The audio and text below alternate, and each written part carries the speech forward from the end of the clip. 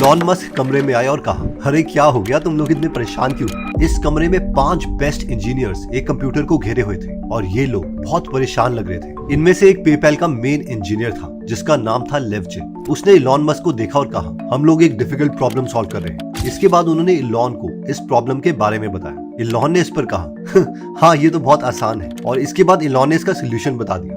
इससे पहले कि कोई आंसर देता, इलॉन वो कमरा छोड़ के चले गए थे। सबको लगा कि इलॉन क्रेजी हो गया है। वहाँ पर बैठे 5 इंजीनियर्स बेस्ट थे और ओरेकल की प्रॉब्लम सॉल्व कर रहे थे, जबकि इलॉन को ओरेकल के बारे में कुछ भी नहीं पता था। इलॉन विंडोज के मास्टर थे। सबने इलॉन का सोल्यूशन चेक किया और एक एक करके कहा, शिट, ही इज राइट। थोड़े सालों के बाद कुछ सेम चीज हुई। इलॉन मस्क की कंपनी स्पेसएक्स का 3 बार रॉकेट फेल हो चुका था और लास्ट रॉकेट को दोबारा से ट्राई करने के लिए उन्हें पैसे चाहिए थे, वरना ये कंपनी बंद हो जाती। इलॉन ने पैसों के लिए पीटर थिल से हेल्प मांगी, जो पेपैल के टाइम में इलॉन के साथ काम कर चुके थे। पीटर थिल ने कहा कि इससे पहले मैं तुम्हारी रॉकेट कंपनी स्पेसएक्स में इन्वेस्ट करूं, मैं स्पेसएक्स के चीफ इंजीनियर से बात करना चाहता हूं। इस पर इलॉन मस्क बोले, हाँ तुम अभी स्पेसएक्स के चीफ इंजीनियर से ही बात कर रहे हो। पहले तो पीटर थिल को लगा कि इलॉन मस्क मजाक कर रहे हैं, क्योंकि ये दोनों कुछ साल पहले ही सॉफ्टवेयर बना रहे थे। जब पीटर थिल को पता चला कि एक्चुअल में इलॉन मस्क स्पेसएक्स के इंजीनियर हैं, तो वो हैरान हो गए कि इतनी जल्दी इलॉन मस्क ने रॉकेट्स के बारे में इतना सब कुछ कैसे सीख लिया। Elon Musk. Elon Musk, Elon Musk. Elon Musk. the richest person on the planet. Musk is, he'll be the first trillionaire.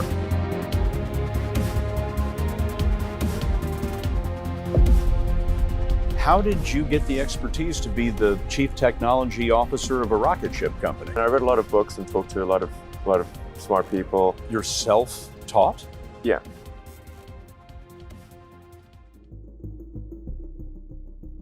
Elon Musk की कंपनी स्पेसएक्स का एक इंजीनियर बोला, रॉकेट के इंजन बनाने में हमें बहुत टाइम लग जाएगा, क्योंकि हमें मिलिट्री का मेथड यूज करना पड़ेगा, जो कि बेस्ट मेथड है। इलॉन मस्क और ये मिलिट्री का मेथड यूज करती है। इंजीनियर मिलिट्री वाले रॉकेट बनाने से पहले उसके मटेरियल को हर कंडीशन में टेस्ट करते हैं। फॉर एग्जांपल, अगर उन्होंने किसी भी मटेरियल की टेम्परेचर कैपेसिटी को चेक करना है, तो वो उस मटेरियल को बहुत ही ठंडे और बहुत गर्म टेम्परेचर में दिनों तक रखेंगे और फिर देखेंगे कि उस मटेरियल का इन एक्सट्रीम टेम्परेचर में क्या होता है, और ऐसे ही वो उसी मटेरियल को अलग अलग तरीके से टेस्ट करते हैं। इलॉन मस्क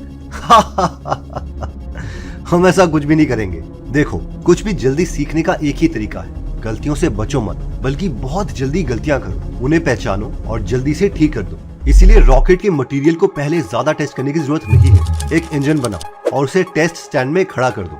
अगर वो चल गया तो उसे मेन रॉकेट में डालकर टेस्ट करो। अब एक रात बहुत ही इंटरेस्टिंग स्टोरी है। एक्चुअली एक टेस्ट स्टैंड के ऊपर बिजली गिर गई, जिसकी वजह से जो रॉकेट का फ्यूल टैंक था वो अंदर की तरफ से पिचक गया। इलॉन मस्क के इंजीनियर ने इलॉन से कहा, सर हमें इस पूरे टैंक को बदलना पड़ेगा। इलॉन, नहीं, इसमें महीने लग जाएंगे, हमारा लॉन्च डिले हो जाएगा। तुम लोग ऐसा करो, फ्यूल टैंक के ऊपर चढ़ो और साथ में हथौड़े लेके जाओ, और ये जो अंदर को धंस गया है, हैमर से इसे ठीक कर दो, और अगर कोई क्रैक आता है तो वेल्डिंग कर देना। सारे इंजीनियर्स इलॉन की तरफ देखने लग गए, जैसे कि इलॉन मस्क ने पागलों वाली बातें कर दी हो। सबने एक दूसरे की तरफ देखा, लेकिन सबको पता था कि उन्हें अपने बॉस का ऑर्डर मानना ही पड़ेगा। वो सब फ्यूल टैंक के पास गए, उसे हैमर से ठीक कर दिया और जहाँ क्रैक्स थे वहाँ पर वेल्डिंग कर दी। जब उसमें फ्यूल वापस डाला गया तो सब काम करने लगा। इस इंसिडेंट की वजह से स्पेसएक्स ने 4 महीने पहले ही अपना पहला रॉकेट टेस्ट कर लिया। अगर कोई नॉर्मल एरोस्पेस कंपनी होती तो वो पूरा का पूरा फ्यूल टैंक रिप्लेस करती और उन्हें इसके लिए महीने भी लग जाते। लेकिन इलॉन की फेलियर से ना डरने वाली क्वालिटी ने स्पेसएक्स को बाकी कंपनी से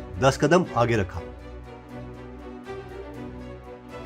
देखिए, इलॉन मस्क ने जब पेपैल को बेच दिया था, उसके बाद उन्होंने डिसाइड किया था कि वो रशिया से एक रॉकेट लेंगे और उसके आगे एक पौधा एज अ पेलोड लगा के मार्स में भेजेंगे। उन्हें उस वक्त लग रहा था कि जब इसकी वीडियो अर्थ पे इंसान देखेंगे तो वो इंस्पायर होंगे और अमेरिकन गवर्नमेंट नासा को पैसे देगी मार्स प्लेनेट के मिशन के लिए। इसके लिए वो रशिया गए और एक ग्रुप से मिले। इस रशियन ग्रुप को वो बहुत ही पैशनेट होकर बता रहे थे कि इंसानों का एक से ज्यादा प्लेनेट में होना कितना ज्यादा जरूरी है। इस पर एक रशियन बोला, ये रॉकेट हमने इसलिए नहीं बनाया कि तुम जैसे इंटरनेट मिलियनेयर इसे मार्स में भेजे। तुम्हारा चीफ इंजीनियर कौन है? इलॉन बोले, मैं ही चीफ इंजीनियर हूँ। इस पर उस रशियन ने इलॉन मस्क के ऊपर थूक दिया और ये मीटिंग वहीं पर खत्म हो गई। बाद में इलॉन मस्क एक और रशियन टीम से मिले और कहा, इस रॉकेट का कितना प्राइस है?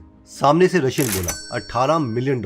इलॉन, ओके तो ठीक है, $18 मिलियन 2 रॉकेट्स के ना। रशियन, नहीं, 18 मिलियन का एक रॉकेट। इलॉन, ये तो एक रॉकेट का बहुत ज्यादा प्राइस है। रशियन, अभी अभी एक रॉकेट का प्राइस $21 मिलियन हो चुका है। इसके बाद वो रशियन बोला, बेटा तेरे पास इतने पैसे नहीं है कि तू इन रॉकेट्स को खरीद ले। इलॉन को इस पर बहुत गुस्सा चढ़ा। इसके बाद इलॉन और उनकी टीम वापस एयरप्लेन में अमेरिका जा रही थी। इलॉन अगली सीट में अकेले एक लैपटॉप पर काफी आर से काम कर रहे थे। पीछे बैठे थे उनके 2 एम्प्लॉइज जिनका नाम था कैंट्रेल और ग्रिफिन। ये दोनों इलॉन को देख के बातें कर रहे थे। ये दोनों इलॉन को देखते हुए आपस में बोले, तुझे क्या लगता है कि हमारा सन की इंटेलिजेंट बॉस इतनी देर से लैपटॉप में क्या कर रहा है? इलॉन पीछे मुड़ा और अपना लैपटॉप दिखाते हुए कहा, गाइज ये देखो, मुझे लगता है कि हम खुद का रॉकेट बना सकते हैं। जब कैंट्रेल ने लैपटॉप की स्क्रीन देखी तो उसने कहा, डैम, तभी इलॉन मस्क मुझसे मेरी रॉकेट की बुक्स पिछले 1 साल से मांग रहा था। एक्चुअली इलॉन मस्क ने रॉकेट्स के बारे में सारी चीजें 2 एक्सपर्ट से बहुत ज्यादा सीखी थी। इन दोनों का नाम था जिम कैंट्रेल और टॉम म्यूलर। इन दोनों लोगों को इलॉन मस्क ने हायर किया था और इन दोनों मदद से ही वो रॉकेट्स के हर इंपॉर्टेंट कॉन्सेप्ट को समझ पाए और हर इंपॉर्टेंट डिसीजन लेने से पहले वो इन दोनों को ही कंसल्ट करते थे। इसके अलावा उन्होंने हर चीज किताबों से ही सीखी जब तक उन्हें मेंटर्स नहीं मिले। इलॉन को सबसे अच्छा लगता है बायोग्राफीज पढ़ना, तो अगर आप भी स्टीव जॉब, इलॉन मस्क या बाकी बायोग्राफीज पढ़ना चाहते हैं, वो भी हिंदी में और फ्री में, तो आप गीगल एप्लीकेशन डाउनलोड कर सकते हैं, जहां पर 200 से ज्यादा बुक समरीज हिंदी में फ्री में अवेलेबल है। तो अगर आप इंस्टाग्राम के अलावा नॉलेज में भी इंटरेस्टेड हैं, तो आप इस ऐप को डाउनलोड कर सकते हैं। इसका लिंक मैंने डिस्क्रिप्शन और फर्स्ट कमेंट में दे दिया है। इलॉन मस्क और उनके इंजीनियर म्यूलर एक टॉक में गए हुए थे, जहां पर उन्हें एक दूसरी रॉकेट कंपनी का इंजीनियर मिला। इस कंपनी का नाम था बील एरोस्पेस। ये रॉकेट कंपनी बैंकरप्ट हो चुकी थी। इस कंपनी के इंजीनियर ने बताया कि टेक्सास से 26 किलोमीटर दूर एक जगह है जहां पर वो लोग रॉकेट को टेस्ट करते थे। वो लोग उस जगह को बेचना चाहते थे। इलॉन के साथ आए इंजीनियर्स ने बोला, ये तो बहुत अच्छी बात है, इसे हम जरूर कुछ दिनों में देखने चलते हैं।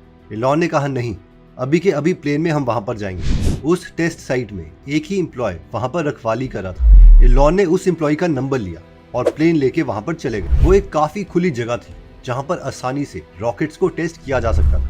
इलॉन के साथ जो इंजीनियर था वो उस जगह को देख के बहुत खुश हो गया और इलॉन से उसने कहा, यहाँ तो सब है, टेस्ट स्टैंड है, वाटर टैंक्स हैं, ये तो हमारे लिए परफेक्ट जगह है। इस पर इलॉन बोले, म्यूलर चुप रहो, तुम इस एम्प्लॉय के सामने इस जगह की तारीफ कर रहे हो, जिसकी वजह से ये टेस्ट साइट हमें महंगे में देगी। इलॉन मस्क के साथ आए इंजीनियर्स ने अगेन सोचा कि इस जगह को किराए में लेने के लिए कुछ दिनों में इसके मालिक से हम बात करेंगे। लेकिन अगेन इलॉन ने उसी वक्त कॉल करके 1 साल के लिए उस जगह को किराए में ले लिया, वो भी सिर्फ $45,000 में। और ये सब तभी हुआ क्योंकि इलॉन मस्क एक चीज पर फोकस करते हैं, वो है एक्सट्रीम सेंस ऑफ अर्जेंसी। यानी जो भी काम करना है बस अभी करना है। 2000 2017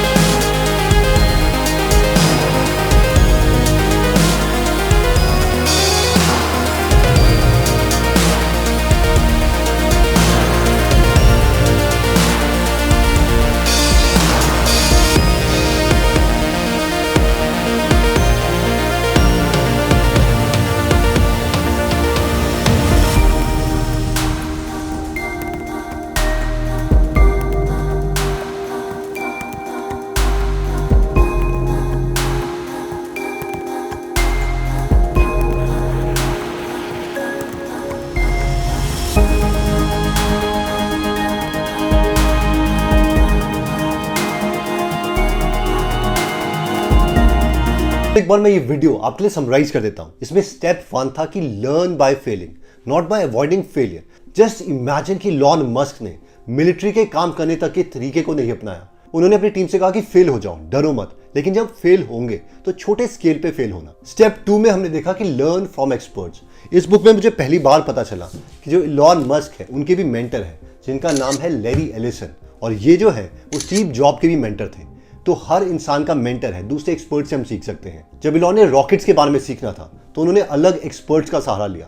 इवन ये जो सारी बुक्स हैं वो भी हमारी मेंटर्स हैं, इसलिए हमें सिर्फ एक्सपर्ट से सीखना है, क्योंकि यही जो है हमारा लर्निंग को बहुत ज्यादा कर सकती है और हम कम टाइम में ज्यादा चीजें सीख सकते हैं। हमारी थर्ड लर्निंग है कि एक्सट्रीम सेंस ऑफ अर्जेंसी, यानी जो भी करना है अभी करना है। इसकी वजह से होता यह है कि हम एक्शन ओरिएंटेड हो जाते हैं, सोचने के बजाय हम अभी एक्शन लेते हैं। इसलिए जो पूरी लाइफ का हमारा एक्शन है वो बहुत ज्यादा होगा एज कंपेयर टू वो इंसान के जो हमेशा सोचता रहता है, एनालिसिस करता रहता है, जिसकी वजह से वो पैरालाइज टाइप हो जाता है। लर्निंग 4 है कि सिंप्लीफाई द प्रोसेस। जितने भी एक्सट्रीमली सक्सेसफुल लोग हैं वो हजारों करोड़ों चीजें नहीं करते जैसे कि हमें बचपन में बताया जाता है। वो हर चीज को no no no no no बोलते हुए सिर्फ 1 या 2 ऐसी चीजें करते हैं और उसे रिपीट करते रहते हैं, और इसीलिए वो जीतते हैं। और जो हमारी 5th लर्निंग थी वो था कि क्वेश्चन एवरी रिक्वायरमेंट। यानी इलॉन मस्क का भी प्रिंसिपल है कि हर चीज को बाय डिफॉल्ट गलत मानो।